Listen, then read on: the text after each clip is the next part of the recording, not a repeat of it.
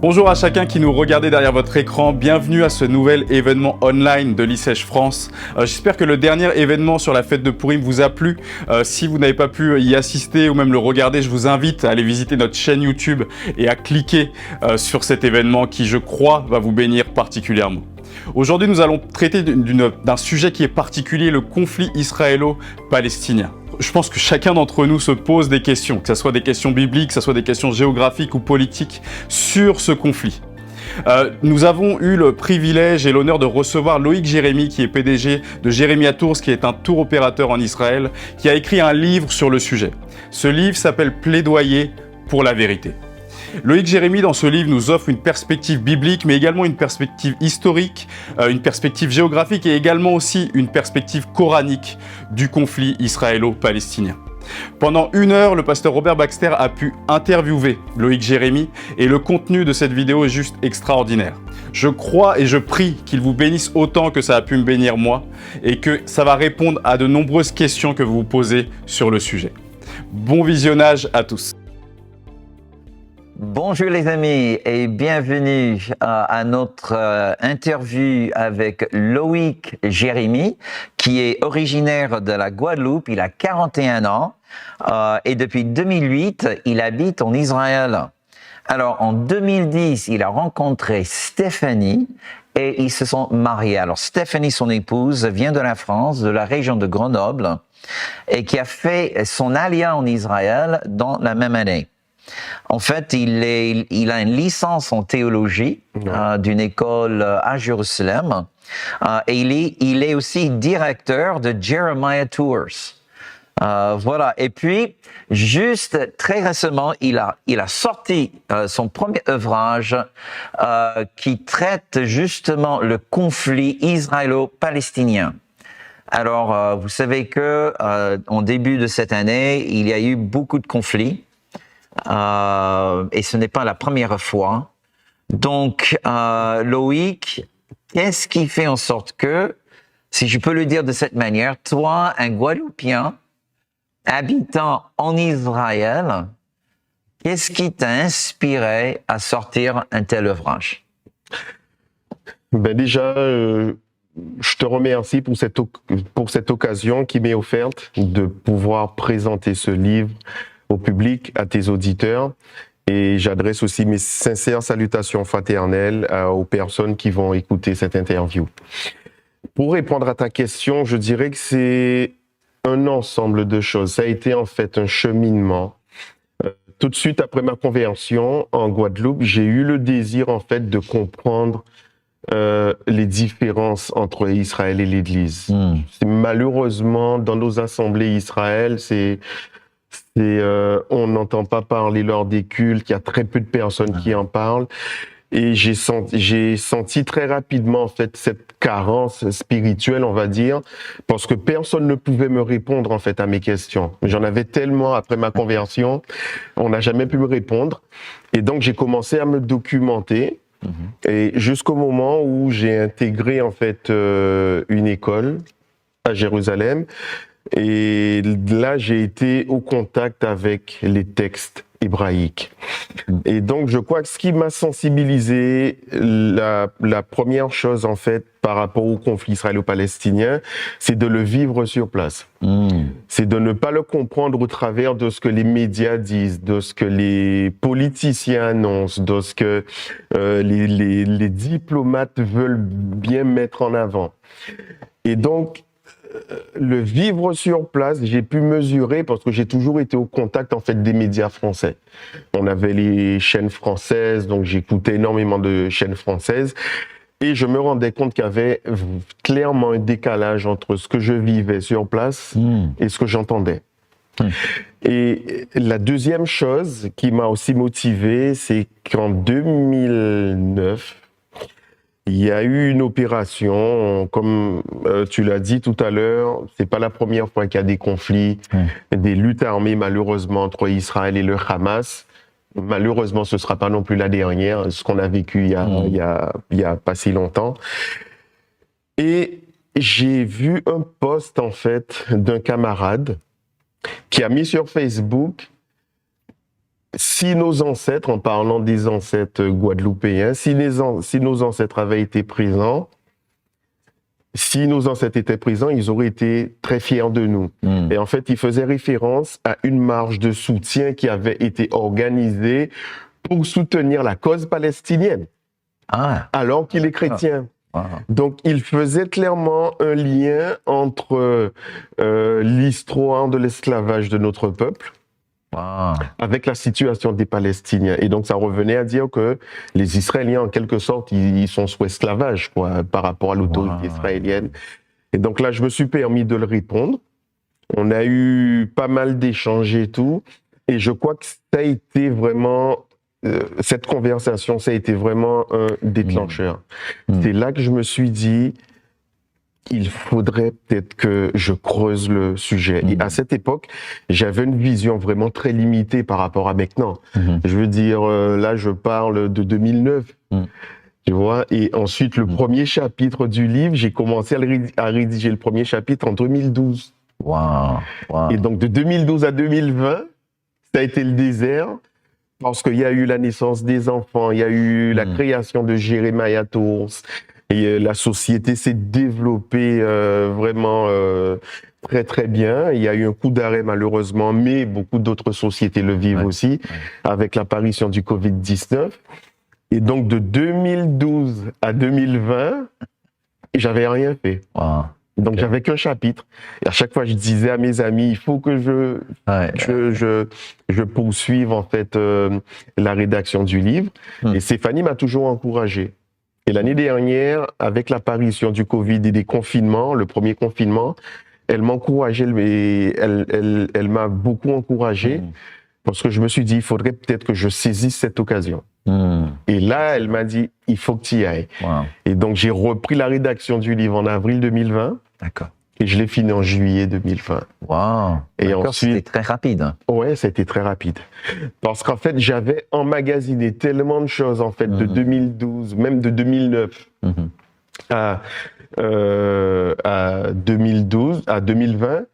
J'ai fait des recherches d'ailleurs sur le livre. Il y a une liste bibliographique qui est bien fournie. Donc j'ai fait des recherches pour trouver les origines de la racine politique, islamique et biblique du conflit. Et donc j'avais une abondance en fait d'informations. Il m'a fallu prendre du temps pour agencer tout ça. Une fois que je m'y suis lancé, d'avril à juin 2020, j'ai rédigé le livre. Il a 9 chapitres et j'en ai rédigé quasiment 8. D'avril à juillet, alors que de 2012 à 2020, j'avais qu'un chapitre que j'ai revu d'ailleurs l'année dernière. Donc voilà, ça a été le ressenti parce que je me suis vraiment dit, il faut que j'écrive ce livre-là premièrement pour les chrétiens. Parce que j'ai entendu et j'entends encore beaucoup de choses où on traite d'Israël de pays apartheid dans les mêmes terminologies des événements qui se passaient en Afrique du Sud à l'époque de Nelson Mandela. Jusqu'à maintenant, on traite encore Israël d'un pays apartheid. On soutient la cause palestinienne. Et ça ne me dérange pas de l'entendre de la bouche de quelqu'un qui n'est pas croyant. Mais d'un chrétien, je trouve, il y a un problème quelque part. Alors, dans ton livre, tu traites un petit peu cette question de l'histoire. Et ce qui est assez remarquable, c'est que en fait, il n'y a jamais eu une nation qui s'appelait la Palestine. En fait, ça n'a jamais existé. Jamais. Ils n'ont jamais eu une capitale, ils n'ont jamais eu un gouvernement. Donc, quand on entend que Israël n'est rien d'autre qu'un envahisseur, en fait, c'est complètement faux. Oui, c'est doublement faux. C'est, comme tu l'as dit, les gens ont conscience, enfin, ils pensent du moins qu'il y avait une nation qui s'appelait Palestine, qu'il y a eu un peuple qui s'appelait Palestinien. Et en fait, quand tu creuses le sujet, tu te rends compte que non. Les premiers à avoir renommé Israël du nom de Palestine, c'était les Romains. Avec Adrien, Suite à la révolte de Bar Kokhba, nous sommes au second siècle de notre ère. Ouais. Les Romains détruisent complètement la ville de Jérusalem. Ils la rasent complètement. Ils accomplissent d'ailleurs la prophétie du prophète Michée qui avait annoncé que Sion serait labouré comme on laboure un champ. Wow. Et les Romains accomplissent cette prophétie parce qu'ils font passer la charrue 2 fois sur Jérusalem. Wow. Donc ils font pas semblant, ils rasent complètement la ville. Et ils reconstruisent une ville par-dessus qu'ils appellent Aelia Capitolina. Aelia est en référence au nom de famille d'Adrien, Aelius, et Capitolina qui est en référence à sa divinité, Jupiter Capitolin. Wow. Et ceci dit, entre parenthèses, pour accentuer l'humiliation de la défaite des Juifs, il fait construire sur le mont du Temple un temple en l'honneur de Jupiter Capitolin. Wow. Et donc, à partir du IIe siècle, on ne parle plus de Jérusalem, on parle de Aelia Capitolina. Et les Juifs sont interdits, ont interdiction d'y mettre les pieds, et ça a duré jusqu'au IVe siècle. D'accord. Mais ce qui est intéressant, c'est que si on dit que les Juifs étaient interdits de mettre les pieds à Jérusalem, c'est qu'ils étaient quand même présents. Mais pas à Jérusalem, ils étaient présents sur la terre sainte. Et c'est d'ailleurs à cette époque qu'a été rédigé le Talmud de Jérusalem, parce que dans le judaïsme, il y a 2 Talmuds. Il y a le Talmud de Babylone et le Talmud de Jérusalem. Mais ce qu'on appelle le Talmud de Jérusalem a été rédigé en Galilée. D'accord. À Tibériade. Et donc, si les Romains, ils autorisent en fait les Juifs à revenir prier à Jérusalem une fois l'an, à partir du IVe siècle. Wow. Et donc, s'ils autorisent les Juifs à venir prier, c'est bien qu'il y avait des Juifs en Terre Sainte. Wow. Mais ils n'habitaient pas à Jérusalem. Ils étaient dispersés dans le Negev, dans la Galilée, dans le Golan. Mais Jérusalem, ça leur était interdit d'y mettre les pieds. Et si je peux rajouter, par cette permission, ils reconnaissaient, même au IVe siècle, l'importance qu'était Jérusalem aux yeux du peuple juif. Bien sûr, bien sûr. Mais ça, je veux dire, personne n'en parle. Je veux dire, même dans nos milieux chrétiens, on a une carence vis-à-vis de l'histoire extra-biblique. D'accord, on a cette carence et qui n'est malheureusement pas comblée dans nos échanges avec les frères et sœurs, dans les enseignements. Et puis cette carence d'information nous porte préjudice justement à cette histoire de Palestine. Pour revenir à ta question, Adrien, c'est le premier qui nomme les Romains. Ils créent en fait au second siècle, ils créent un département administratif et politique qui englobait Jérusalem, le nord de l'Égypte, le sud de la Syrie et du Liban, l'ouest de la Jordanie. Et toute cette région, les Romains l'appellent Palestine. D'accord. Okay. Et donc, c'est un district qui était composé en 3 parties. D'ailleurs, à cette époque, on parlait de Palestine Primera, Seconda et Tercera. Donc, la Palestine première, seconde et troisième. Okay. Et les Romains, ça a été voulu. Pourquoi ils ont renommé en fait toutes ces régions du nord de Palestine? C'était pour humilier la souffrance des Juifs en nommant en fait leur terre du nom de leur pire ennemi. Leur pire ennemi à l'époque de David et du roi Saül, c'était les Philistins. Et il y a énormément de personnes qui ignorent ça, mais en fait Palestine signifie Philistin. Ah d'accord. Ça veut dire Philistin. Palestine est dérivé en fait du latin Philistinae. D'accord. Et donc on voit le lien. Philistinae, Philistin, Palestine. Donc Adrien, il savait exactement ce qu'il faisait. C'est comme s'il avait renommé la terre sainte du nom de Philistin. Wow. Mais à l'époque, pour les Romains, ce qui, eux, ils appelaient Palestine, même là, ça désignait ni un peuple, ni une nation, mais un département, un district, en fait, administratif et politique. D'accord. Et donc, cette terminologie de Palestine, si tu veux, du IVe siècle jusqu'au XXe siècle, elle n'a jamais désigné une ethnie, elle n'a jamais désigné un empire, une nation, elle n'a jamais désigné même un peuple. Wow. Pourquoi je dis jusqu'au XXe siècle? Parce que c'est là que s'opère en fait la bascule par rapport à la terminologie de Palestine. Et là, il faut se rendre après la Première Guerre mondiale. La France est dans le camp des vainqueurs, et en face, les grands perdants de la Première Guerre mondiale, c'est l'Empire ottoman. Ouais. Et donc, les nations vainqueurs, le but à la sortie de la Première Guerre mondiale, c'était qu'est-ce qu'on va faire de tous ces territoires qu'on a gagnés. Et donc là, il y a énormément de discussions, de conversations, de conférences qui ont lieu pour savoir qu'est-ce qu'on va faire du dépeçage de l'Empire ottoman. Et chose très intéressante et qui est aussi souvent ignorée, la plupart des gens n'en parlent pas, c'est qu'on a débattu de la question juive à cette époque. Qu'est-ce qu'on va faire des Juifs? Qu'est-ce qu'on va faire des Arabes? Et là, les nations, les alliés mettent en place un système de fiducie en créant des mandats, dont le fameux mandat pour la Palestine. D'accord. Ouais. Et on a désigné la Grande-Bretagne comme étant le mandataire.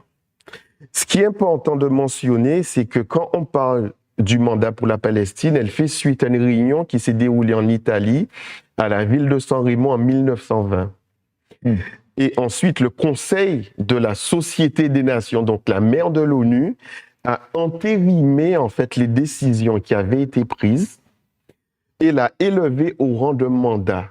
Ça veut dire que les Britanniques, quand ils arrivent dans ce qu'on appelait à l'époque la Palestine, avec le mandat pour la Palestine, ils ont un document qui est juridiquement contraignant.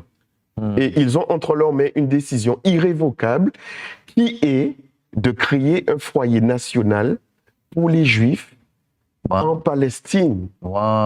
Et à cette époque, qu'est-ce qu'on appelait la Palestine? C'était la rive est et ouest du Jourdain. Parce qu'à cette époque, Israël n'est pas encore créé en tant que nation, ni la Jordanie. Donc à l'époque de 2018 de 1918 à 1948, ce qu'on appelait la Palestine désignait en fait tout ce territoire à l'est et à l'ouest du Jourdain, et les gens qui vivaient à l'intérieur de ce territoire, sans distinction de race, sans distinction ethnique, étaient appelés Palestiniens. Même les Juifs. Même les Juifs. Donc on a des Juifs, des Arabes, des Druzes, des Samaritains. Et tout ça, c'était des Palestiniens. Et des chrétiens. Et donc jusqu'en 1948, on les appelait Palestiniens. Donc là, c'est la première bascule où, pour la première fois dans l'histoire, c'est fou, ça. On a appelé les habitants de cette région du nom de Palestiniens. L'autre bascule a lieu en 1948. Qu'est-ce qui se passe en 1948? Les Juifs, ils créent leur nation que les Britanniques n'ont pas créée. Parce que les Britanniques, ils viennent en Israël avec le mandat pour la Palestine, issu des décisions qui ont été prises à cette réunion à San Remo. Mais une fois sur place, les Britanniques, ils font prévaloir leurs intérêts nationaux par rapport aux intérêts juifs. Et ce sont les Britanniques, inconsciemment, qui vont éveiller le sentiment national des Arabes. Une fois sur place, ils veulent opérer une transition avec les armes militaires. Ils veulent abandonner le charbon pour le pétrole. Et le pétrole dans la région est entre les mains de qui? Des Arabes. Donc, les Britanniques ne veulent surtout pas créer d'État juif parce qu'ils ne veulent pas perdre l'allié arabe. Ils avaient encouragé la famille hachémite, qui était originaire de la Mecque en Arabie Saoudite, à se soulever contre l'Empire ottoman, chose qu'ils ont fait d'ailleurs les hachémites. Et pour les récompenser, les Britanniques leur créent en fait une nation indépendante qu'on a d'ailleurs appelé au début le royaume hachémite de Transjordanie, qui a été créé en 1918, placé sous protectorat britannique, et ils ont obtenu leur indépendance en 1946. Après, on l'a rebaptisé royaume de Transjordanie, et dans les années 90, qui est devenu la Jordanie. Donc, ce qu'on appelle maintenant la Jordanie est en réalité un État arabe en Palestine qu'on a créé pour les Arabes de la région, d'accord? Mais le problème, c'est que les autres Arabes qui n'étaient pas originaires d'Arabie Saoudite, qui entendent que les Britanniques ont créé une nation pour les Arabes originaires de la péninsule arabique, eh ben, eux, ils veulent aussi maintenant leur État. Ouais. Et les Britanniques, à ce moment-là, nous sommes dans les années 30, et ils ont un autre problème en Europe. Il y a la montée d'Hitler et des nazis. Et les Britanniques ne veulent pas que les Arabes de la région s'allient aux nazis. Donc, pour ne pas froisser les Arabes de la région, les Britanniques, c'est là qu'ils ont commencé, tu as sûrement entendu parler des fameux livres blancs. Les livres blancs Churchill, où, alors qu'ils devaient encourager une immigration juive vers la Palestine, en réalité, ils l'ont stoppé. Wow. Et c'est pour ça qu'au plus fort de la guerre, dans la Seconde Guerre mondiale, les millions de Juifs qui ont été tués par Hitler en Europe, en réalité, ne pouvaient pas se rendre en Palestine parce que les Britanniques les empêchaient d'entrer. Donc les Britanniques, quand ils arrivent dans la région, ils font exactement le contraire de ce pourquoi ils sont venus. Et ils perdent le contrôle de la situation parce que les Arabes disent, nous, on veut notre État, qui n'était pas du tout dans le plan originel du mandat pour la Palestine. Okay. Et les Juifs qui savent que les Britanniques sont venus pour créer aussi une nation, ils voient que la nation n'est pas créée. Donc, qu'est-ce qui se passe? Juifs et Arabes font des attentats contre les Britanniques. Les Britanniques, ils perdent le contrôle de la situation. Et c'est comme ça qu'ils remettent le mandat pour la Palestine en 1948. Israël, de son côté, profite de ce vide un peu britannique pour déclarer son indépendance avec David Ben Gurion. Donc les Juifs, quand ils créent leur État, ils le nomment Israël.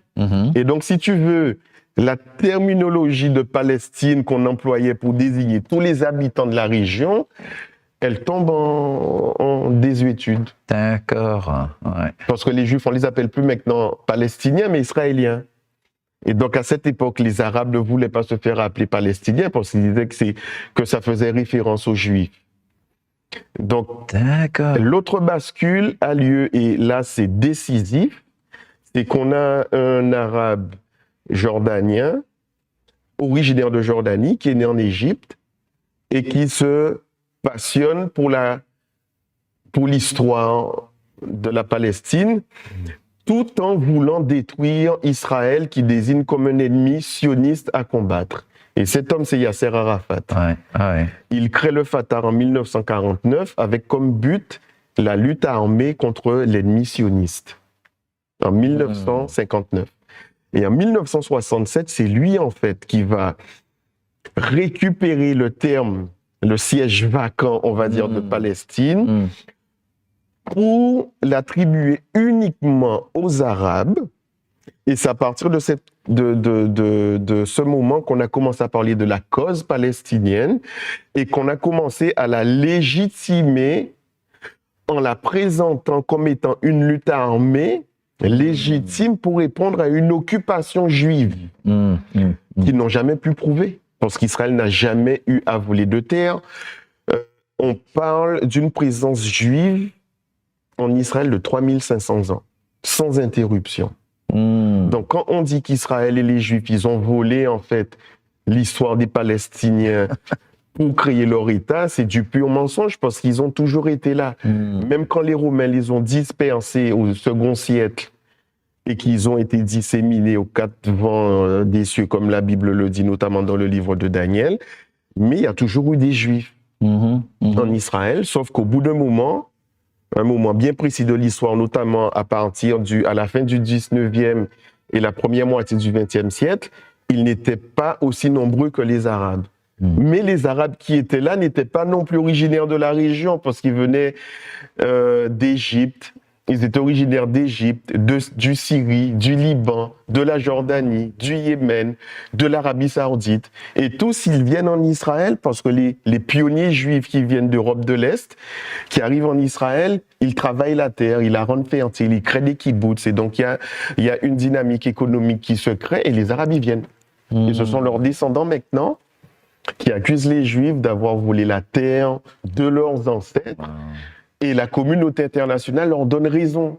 tout en ignorant qu'ils avaient accordé un droit légal, irrévocable et juridiquement contraignant aux Juifs lors de la conférence de San Remo en 1920. Wow. Je veux dire, l'histoire, là-bas, quand on parle du conflit israélo-palestinien, et c'est ce que j'expose dans le livre, il y a des zones qui sont ignorées, qu'on ne présente pas au public, et on présente uniquement au public une vision, mais cette vision, elle est erronée, elle est mensongère. On entreprend un négationnisme historique des plus répugnants pour ignorer qu'il y a toujours eu des Juifs là-bas. Et donc, comme tu dis, la Palestine, ce qu'on appelait la Palestine maintenant, pour bien comprendre qu'est-ce que c'est réellement que la Palestine, il faut analyser en fait la période qui va de 1918 à 1967 pour bien comprendre les enjeux qu'il y a derrière. Et qu'est-ce que c'est réellement que la cause palestinienne.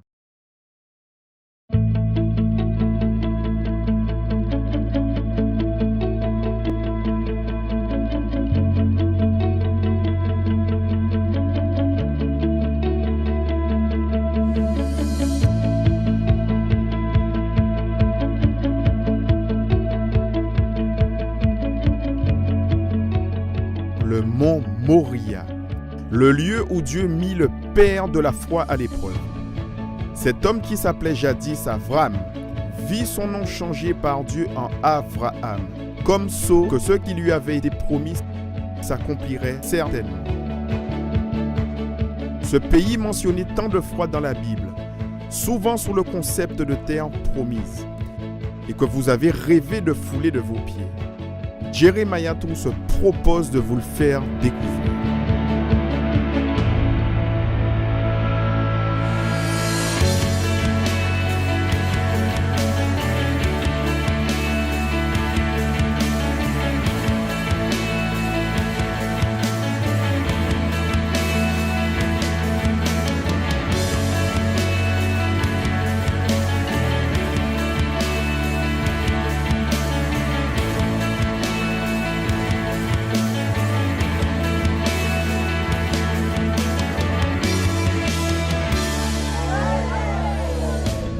Nous sommes spécialisés dans les circuits bibliques afin de vous immerger dans le contexte des Saintes Écritures et de donner du relief à votre Bible. Quelle autre destination mieux qu'Israël exacerbera mieux votre foi? Loin de toute utopie, nous vous invitons à vivre une expérience spirituelle unique au sein des racines de notre foi.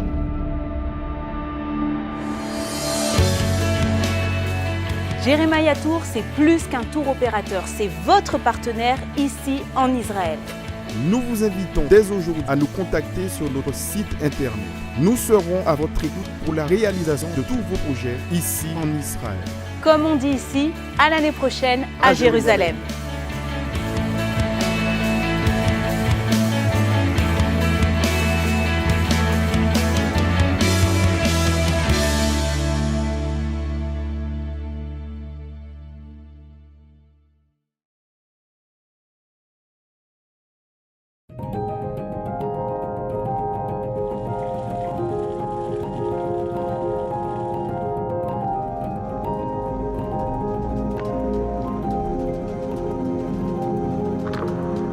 Prophecies are being fulfilled on a daily basis here in the land of Israel.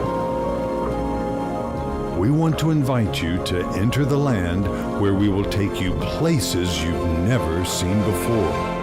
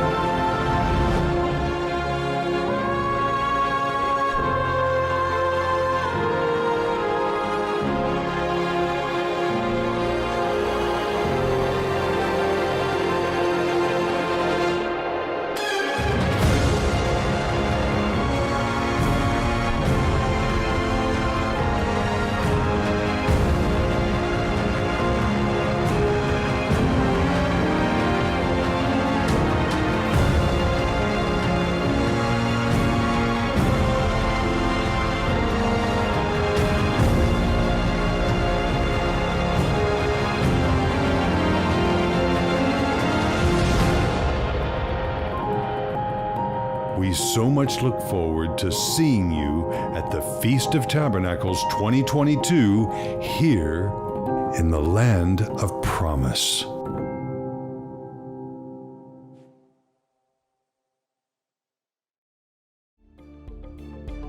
Donc, comme vous l'avez vu sur ce clip promotionnel, la fête des tabernacles aura bien lieu en présentiel cette année, du 9 au 17 octobre 2022.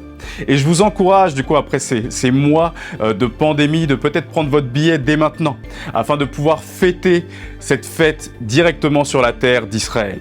Donc la date est du 9 au 17 octobre, et peut-être c'est le moment d'anticiper et de mettre de côté pour aller sur la terre d'Israël pour cette fête.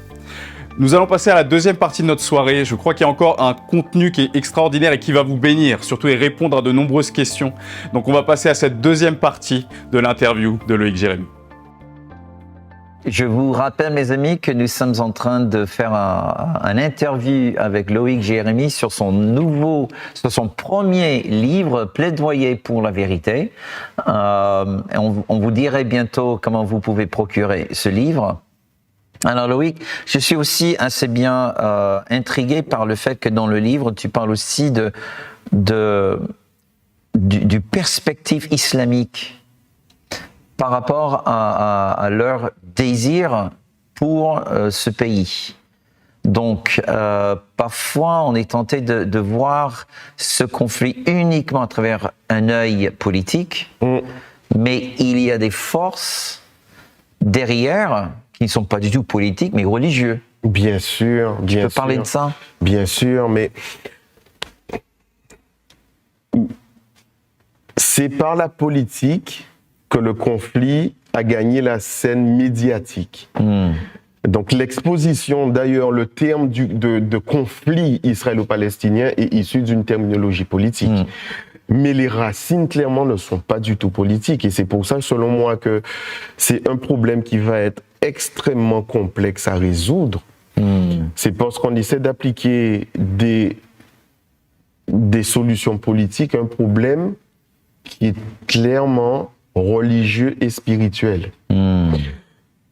Tu as parlé, d'ailleurs, dans le livre, j'en parle, de la dimension islamique du problème. Là, je ne pourrais pas aborder tous les aspects parce qu'il y a énormément de choses à dire.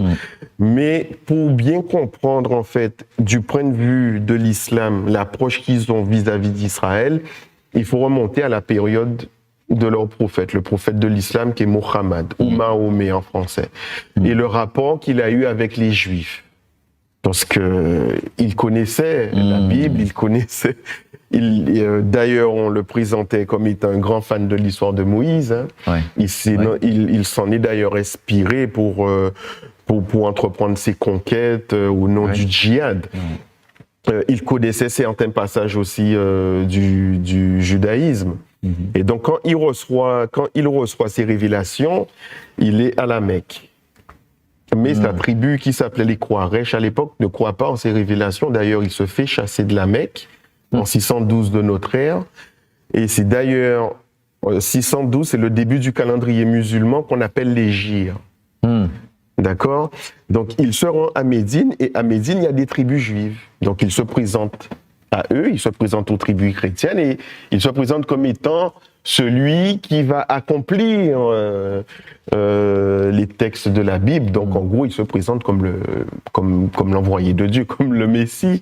Et donc, il se fait un peu rejeter sous prétexte qu'on dit, mais tu n'es pas juif, tu n'es pas de la tribu de Juda, tu n'es pas descendant de David, c'est pas toi le Messie. Et ça, il le prend relativement mal. Et à partir de ce moment-là, dans le Coran, si tu veux, le Coran, il y a deux parties. Il y a une partie des sourates qui ont été rédigées à la Mecque, qui sont plus ou moins favorables, et les sourates qui ont été rédigées à Médine, où là, il est vraiment question, clairement, d'entreprendre le djihad vers les Juifs et les chrétiens, parce que le Coran leur reproche d'avoir falsifié la parole.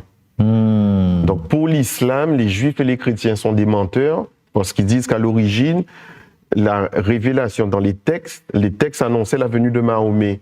Et donc, comme dans nos Bibles, à aucun moment il n'y a pas de Mahomet, ils disent, vous avez triché, vous avez menti, vous avez falsifié la parole. Donc, à cause de cet acte de falsification, Dieu vous a rejeté, vous êtes maudit, vous irez en enfer, à moins que vous deveniez musulman. D'accord. Et donc, du coup, ils disent que Dieu a révélé la vraie révélation, qui est en réalité le Coran. Ouais. Mais le problème qui se pose, c'est que dans l'islam, comme on présente les juifs comme étant des falsificateurs, des menteurs, des tricheurs, tout ce que tu veux, alors ils ont été rejetés par Allah, ils sont maudits par Allah. Et donc le Coran ne perçoit pas un État juif dans ce qu'on a appelé le Dar al-Islam. Ça veut dire la terre ou le domaine de l'islam. Donc pour eux, un État juif à l'intérieur du domaine de l'islam, c'est une impureté. C'est quelque chose qui doit être combattu, c'est quelque chose qui n'a pas lieu d'être. Et comme du point de vue musulman, la terre d'Israël est devenue une terre musulmane en 638 de notre ère, c'est l'année où Jérusalem devient musulmane avec la conquête du calife Omar. Donc pour eux, à partir de 638, donc là nous sommes dans le calendrier 26 ans de l'Hégire, Israël est une terre musulmane, la terre sainte est une terre musulmane. Et donc une présence juive nationale dans le Dar al-Islam doit être combattue. Wow. Et donc les politiciens, Mahmoud Abbas, Yasser Arafat, tous les politiciens du peuple palestinien jurent par les textes du Coran. C'est la différence avec nos politiciens qui ne sont pas chrétiens, ne sont pas catholiques. Bon, ils ont certainement d'autres confessions religieuses ou spirituelles, mais la différence entre les politiciens occidentaux et les politiciens orientaux, c'est que les politiciens orientaux, ils sont religieux. Ouais. Et les gars, ils vont à la mosquée, ils font les prières, ils mettent en pratique les textes du Coran. Donc quand Yasser Arafat se retrouvait à Gaza en garantissant, en promettant de remplir toutes les ruelles de Gaza du sang juif, il était acclamé. Et donc quand on regarde pas la Constitution, comment on appelle ça d'ailleurs, les statuts. Quand on regarde le statut de l'OLP, il est clairement fait mention de la destruction de l'État d'Israël. Oui, parce que c'est la première fois que je l'entends, mais en fait, d'un point de vue musulman, c'est entièrement logique de dire, la présence d'un État juif, parce que c'est une chose de dire, Israël est un État laïque pour les Juifs. Mais ils disent pas ça. C'est un État juif pour tout le monde. Ouais. Voilà. Mais c'est bien déclaré, un État juif. Donc, dans une terre considérée depuis 638 de notre ère. C'est une terre musulmane. Donc, c'est vrai que vu de cet angle, un bon musulman ne peut que lutter contre l'État juif. C'est ce qu'il aurait demandé dans le Coran. Waouh! Tu sais, pour rédiger ce livre, j'ai acheté un Coran, je l'ai lu. J'ai lu la sourate 9 qui appelle au djihad contre les Juifs, contre les chrétiens. Nous sommes appelés dans le Coran les gens du livre, les Juifs et les chrétiens. Et quand on parle de falsificateurs, c'est aussi les Juifs et les chrétiens. Et la sourate 9 est appelée l'hymne au djihad. Wow. La sourate 9. Donc quand les gens, en fait, ils présentent l'islam comme étant une religion de paix, c'est faux. C'est clairement faux. Le fondateur de l'État islamiste, enfin, il est décédé maintenant, il s'appelait al-Baghdadiste. Il avait déclaré en 2014 que l'islam n'a jamais été une religion de paix. Et il a dit l'islam est une religion de guerre. Et il a raison. Parce que c'est ce qui est marqué dans les textes. Quand tu vas dans les statuts du Hamas, il est clairement dit, je crois que c'est l'article 9 ou 22, que le Hamas est un épisode du djihad islamique contre l'État sioniste. Wow. Et ils disent que c'est par les armes qu'il faut libérer la Palestine. D'ailleurs, quand un Palestinien parle de libération de la Palestine, les Occidentaux ne l'entendent pas comme ça. Pour les Occidentaux, quand tu parles de libération, c'est que tu es sous une oppression. Donc tu as une certaine légitimité à arriver à être affranchi de ce joug, de cette oppression qui est sur tes épaules. D'accord ? D'un point de vue de l'islam, ce qu'on appelle la libération de la Palestine, c'est une Palestine et non pas deux États. Ouais. C'est un État palestinien à la place de l'État juif. Tout à fait. Et cet État palestinien doit être épuré de toute présence juive. Ce qui veut dire, toi, ton épouse, tes enfants... Voilà. Voilà. Oui, c'est un État qui doit être épuré de toute présence juive. Je t'invite, après cette interview, à te rendre sur Internet et taper, d'ailleurs, je l'ai mis sur le livre, hein, le logo du Hamas et le logo de l'OLP. Dans les deux logos, ils te présentent une terre de Palestine sur la terre d'Israël et il n'est jamais question de deux États. Et eux-mêmes, ils le disent. Quand ces gens-là, ils parlent en arabe avec leurs confrères dans des mosquées, il n'est jamais question de deux États. Ils en parlent quand ils sont à l'Assemblée Générale de l'ONU, quand ils rencontrent les présidents, les diplomates. Oui, on veut des États qui doivent vivre en paix, côte à côte et tout. Mais quand ils sont dans un environnement, dans un public musulman, tu peux pas dire deux États. Parce que tu vas passer pour un renégat. Du point de vue du Coran, c'est pas compatible. Et c'est peut-être la seule chose peut-être qui unit la Bible et le Coran, pas pour les mêmes raisons. C'est que la Bible et le Coran ne donnent pas, ne perçoivent pas d'État de Palestine à l'intérieur d'un État juif. Ouais. D'un point de vue biblique, ça voudrait dire que la paix des Juifs dépend d'un État de Palestine, alors que c'est anti-biblique. Tout à fait. La paix des Juifs sous cette terre a toujours été conditionnée par l'obéissance qu'ils ont vis-à-vis de Dieu. Et d'un point de vue du Coran, tu peux pas avoir, comme je t'ai dit, un État juif dans le Dar al-Islam. Donc, au moins là-dessus, la Bible et le Coran sont d'accord. Tu peux pas avoir de paix avec un État de Palestine aux côtés d'un État juif. Tout à fait. Donc, on essaie, pour revenir à ta question, c'est qu'on essaie d'imposer une solution politique qui est en violation non seulement aux enseignements du Coran, mais aussi de la Bible. Tout à fait.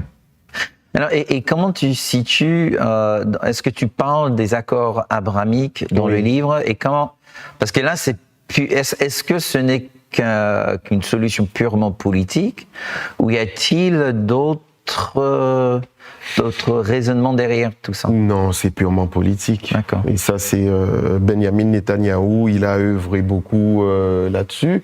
Ceci dit, en passant, quand on écoutait l'administration Trump, qui a été quand même l'architecte des accords d'Abraham, ce nom-là, du côté américain, a été choisi pas du tout en référence par rapport à Abraham biblique, mais en référence à Abraham Lincoln.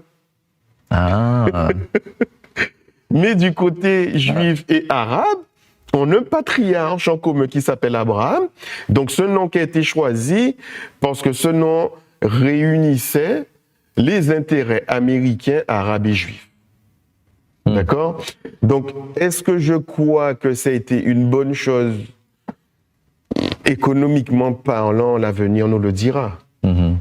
Maintenant, est-ce qu'à plus grande échelle, à l'échelle spirituelle et au niveau de la croyance, est-ce que ça va amener une paix en Israël? Non. Je crains même qu'Israël, malheureusement, a ramené le loup dans la bergerie, parce que les États arabes qui ont signé les accords d'Abraham, notamment les Émirats arabes unis, le Bahreïn, récemment le Maroc, ont toujours annoncé ne pas renoncer à la cause palestinienne. Et ces États, bien qu'ayant signé les accords d'Abraham, ont officiellement condamné Israël à l'ONU lors des dernières attaques perpétrées, ceci dit, par le Hamas. Donc, est-ce que les accords d'Abraham vont être une source pour permettre aux nations, à ces nations-là et à leur peuple de renoncer à la vision coranique du juif? Je ne pense pas. Wow. Alors, il y a peut-être aussi le problème que pose aujourd'hui l'Iran Oui, dans la communauté islamique, oui, parce que l'Iran est devenu vraiment très mauvais acteur vis-à-vis, bon, l'autre grand poids lourd, c'est l'Arabie l'Arabie Saoudite. Saoudite, oui. Et ils sont tous les deux en grand conflit, l'un contre l'autre. Et peut-être cela a joué aussi un rôle assez important vis-à-vis Oui, des accords avec d'Abraham. Israël. Oui. D'ailleurs, ça aussi, j'en parle. D'accord. Même là, c'est une alliance stratégique. Donc, encore une fois, pour remonter aux accords d'Abraham, on voit bien que les enjeux n'ont pas du tout été religieux. Il n'est pas du tout question qu'Israël redevienne une odeur de sainteté. Mais il y a un ennemi en commun. Comme tu Voilà, dis, c'est ça. l'Iran. Ton ennemi est mon ennemi. Et Donc voilà, ça nous fait donc des là, alliés. on peut un petit peu s'arranger. Ouais, Mais imaginons si dans 5 ans le problème iranien est résolu. Qu'est-ce qui va se passer avec les accords d'Abraham? Quelle va être la position de ces États vis-à-vis d'Israël?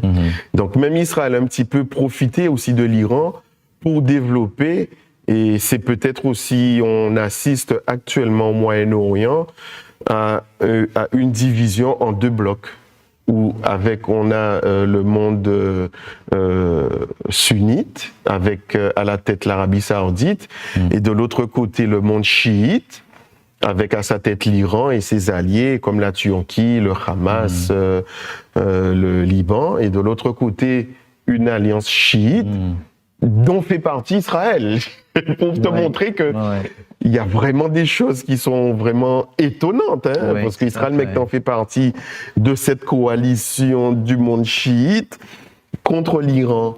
Donc il est aussi question, comme tu dis, avec les accords d'Abraham, de se constituer un front en commun contre l'Iran, parce qu'un Iran nucléarisé, ce n'est pas non seulement un danger pour Israël, mais pour tout le monde. Pas tout le monde, le monde entier. Hein.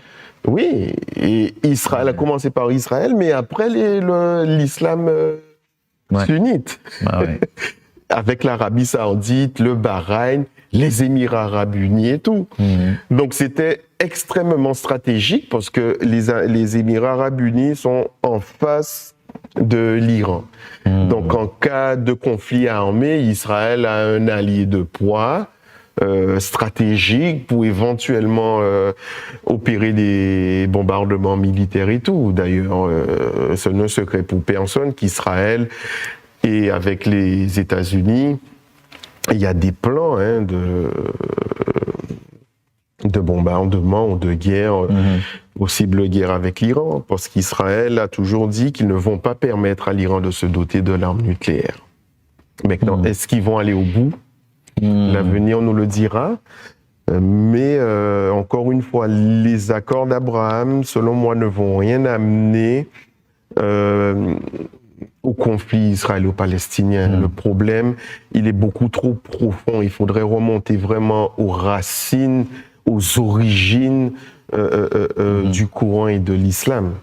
Tant que les Palestiniens vont continuer à enseigner leurs enfants dans la haine d'Israël et des Juifs, c'est ce qu'ils leur est enseigné dans les manuels d'école. Je veux dire, les jeunes Palestiniens, déjà au primaire, on leur enseigne déjà la haine des Juifs et d'Israël. Donc, tant que les Palestiniens ne vont pas faire un effort, une introspection morale sur leur rapport avec les Juifs, je vois pas comment il peut avoir de paix, de paix avec un P majuscule. D'un autre côté, tant qu'Israël se retrouvera aussi dans une position, ne se retrouvera pas dans la position que Dieu veut qu'il soit, ils n'auront pas non plus la paix. Alors, Loïc, pour les chrétiens Ok, je lis le livre, je m'inspire de tout ce que tu as dedans. J'apprends bien l'histoire, la situation actuelle, politique, religieuse, tout le reste. Comment puis-je prier? Quelle doit être l'étude? Tu vois, le chrétien ici en France ou n'importe où dans le monde. Peut-être nous aimons Israël, peut-être nous croyons que Israël est fait vraiment pour les Juifs et nous désirons voir l'accomplissement de toute la parole de Dieu. Ouais. Alors, comment nous devons prier par rapport à la situation actuelle? Ben, je crois qu'il faut demander au Seigneur de permettre que sa parole soit reçue dans le cœur de plus grand nombre parmi les Juifs. Il faut qu'Israël considère que sa paix ne peut lui venir que de la part du Seigneur. Pas de Tsahal. Tu sais, en Israël, Tsahal, c'est le nom de l'armée israélienne. Tsahal, en Israël, c'est un monument, quoi. C'est, à chaque fois qu'on a des choses, c'est grâce à Tsahal, Tsahal, Tsahal. Wow. Et pas une fois, j'ai entendu quelqu'un dire, ben, si on est encore là, c'est parce que le Seigneur, il a permis. Donc je crois qu'il faudrait prier, oui, pour que le plus grand nombre des Juifs soient réceptifs au message de l'Évangile, soient réceptifs au message à la parole de Dieu, que le plus grand nombre parmi les Juifs ait un amour pour la parole, parce que tu sais, les religieux, ils connaissent parfaitement le Talmud et quasiment pas les textes de la Bible, hein. Wow. Donc, ça, c'est un point très important et peut-être juste tu peux développer un petit peu parce que pour beaucoup de chrétiens, quand on rencontre un juif en Israël, on le prend pour le grand savant, que lui connaît parfaitement la parole de Dieu, mieux que nous, les chrétiens, etc. Mais en fait, c'est faux. C'est un cliché. Ils connaissent très peu la parole.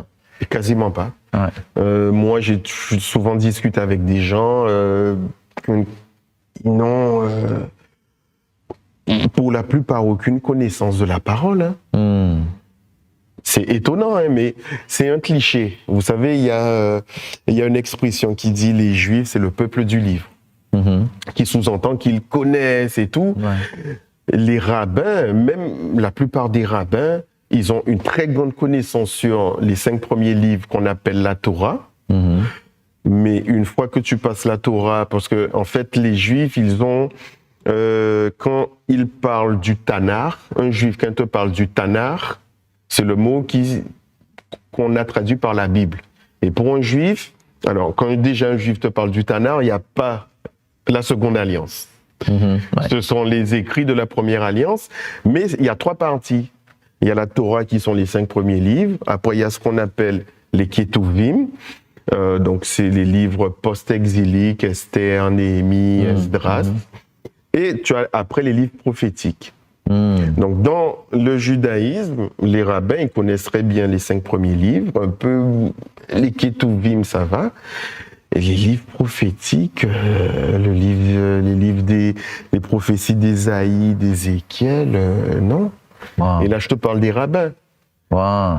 Et ceux qui vont maintenant à la synagogue, ils sont remis en fait à l'interprétation des rabbins, qu'on appelle la paracha, qui a été faite sur des textes ou sur d'autres sujets qui n'ont pas du tout de racines bibliques.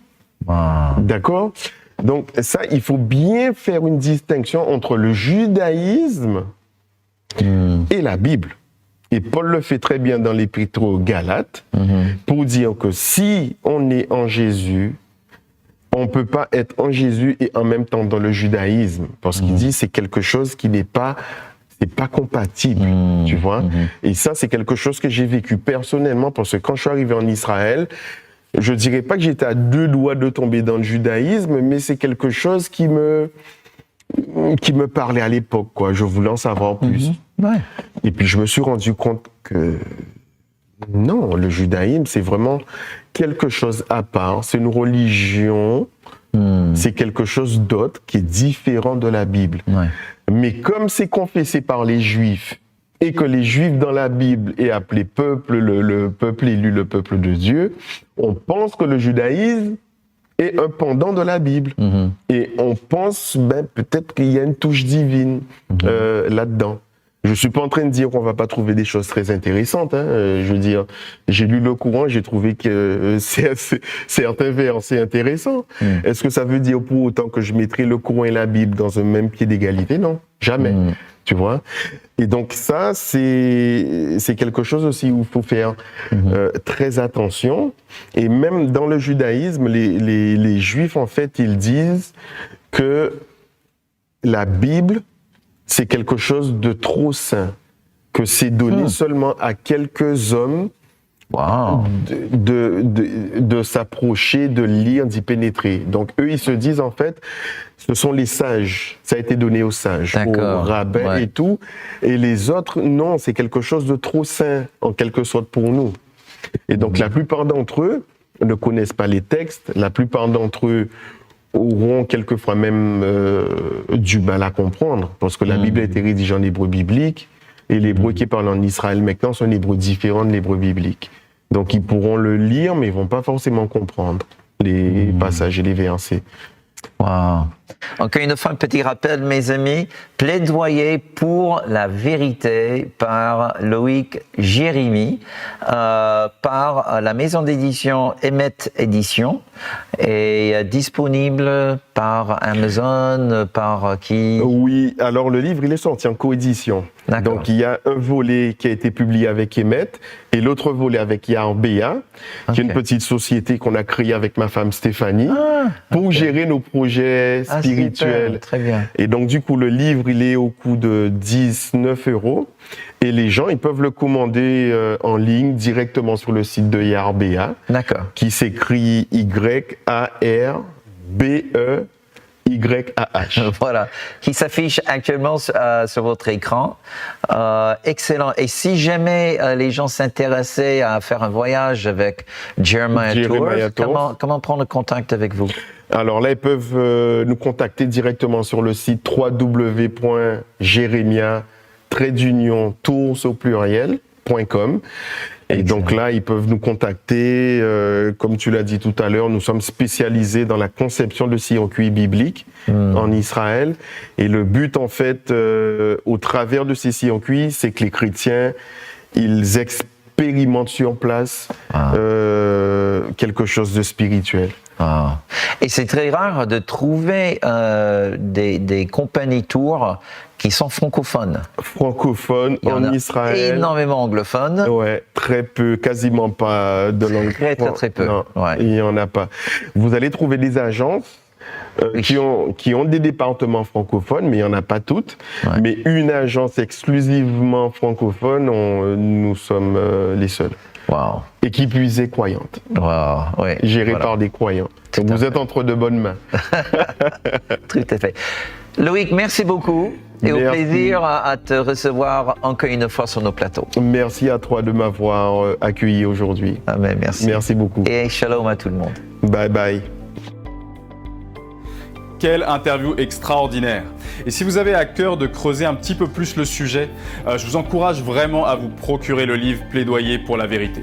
Et pour ce, vous pouvez aller sur notre site internet isej-france.fr où nous allons mettre le lien afin que vous puissiez vous procurer ce livre de Loïc Jérémy. L'événement touche à sa fin et si vous avez à cœur de pouvoir nous aider dans la branche française de l'ISEJ, peu importe de quelle manière, que ce soit dans vos dons financiers, que ce soit peut-être en une implication particulière, je vous encourage à prendre contact avec nous et nous envoyer un mail à l'adresse qui s'affiche juste en bas de votre écran, info@isej-france.fr. Nous avons tellement de besoins et tellement aussi de projets qui brûlent sur notre cœur et pour ça nous avons besoin de bras, nous avons besoin de dons, nous avons besoin également de vos finances et je vous encourage réellement à vous impliquer afin de bénir non seulement du coup le peuple d'Israël mais également aussi tous les projets que soutiennent la branche française de l'ISEJ.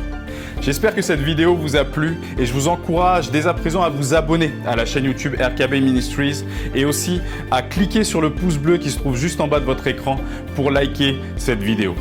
On vous donne rendez-vous très bientôt pour de futurs événements online. D'ici là, on vous tient dans nos cœurs et dans la prière. Soyez abondamment bénis.